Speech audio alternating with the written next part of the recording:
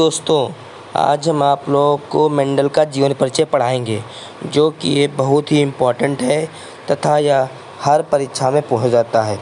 चलिए वीडियो को लंबा ना करते हुए वीडियो को शुरू करते हैं।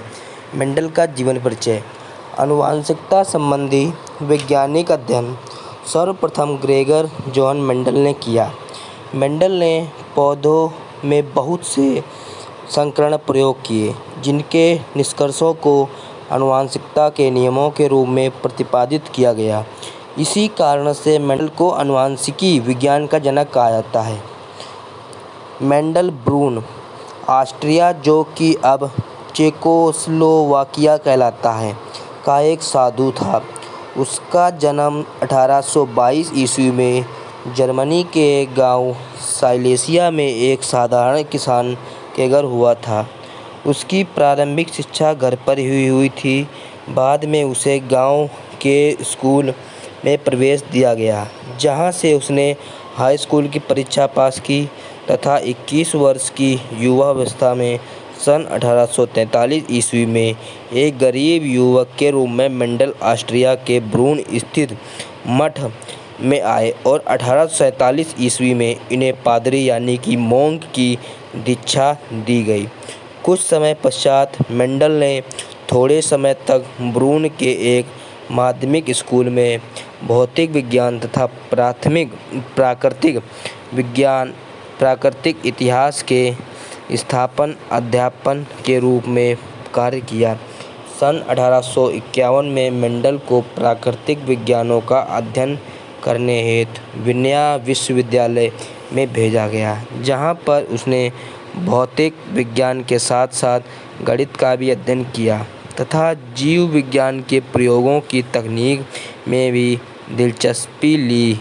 1854 ईस्वी में वह वापस अपने मठ में लौट आए तथा अस्थायी विज्ञान अध्यापक का नाम करने लगे। इसके साथ साथ वे स्थानीय चर्च में पादरी का कार्य भी करते थे। मठ के पास भी का एक छोटा सा भाग था, जिसमें मेंडल ने 1857 ईस्वी में संकरण संबंधी प्रयोग आरंभ किए। अपने कैमरे में उसने मूशिका से संकरण किए और बाग में मक्खियों तथा मटर पायसम सटाइबम में संकरण किए। लगातार 8 वर्ष तक कठिन परिश्रम और लगन से संकरण संबंधी कार्य करने के बाद मेंडल ने अपने प्रयोगों के निष्कर्ष के आधार पर आनुवंशिकता के नियम बनाए, जिसको उसने 1865 ईस्वी में ब्रून ने प्राकृतिक इतिहास संघ के समक्ष पढ़ा तथा 1866 ईस्वी में एक साधारण वैज्ञानिक पत्रिका में प्रकाशित किया तथा यूरोप और अमेरिका के विभिन्न पुस्तकालयों में भेजा।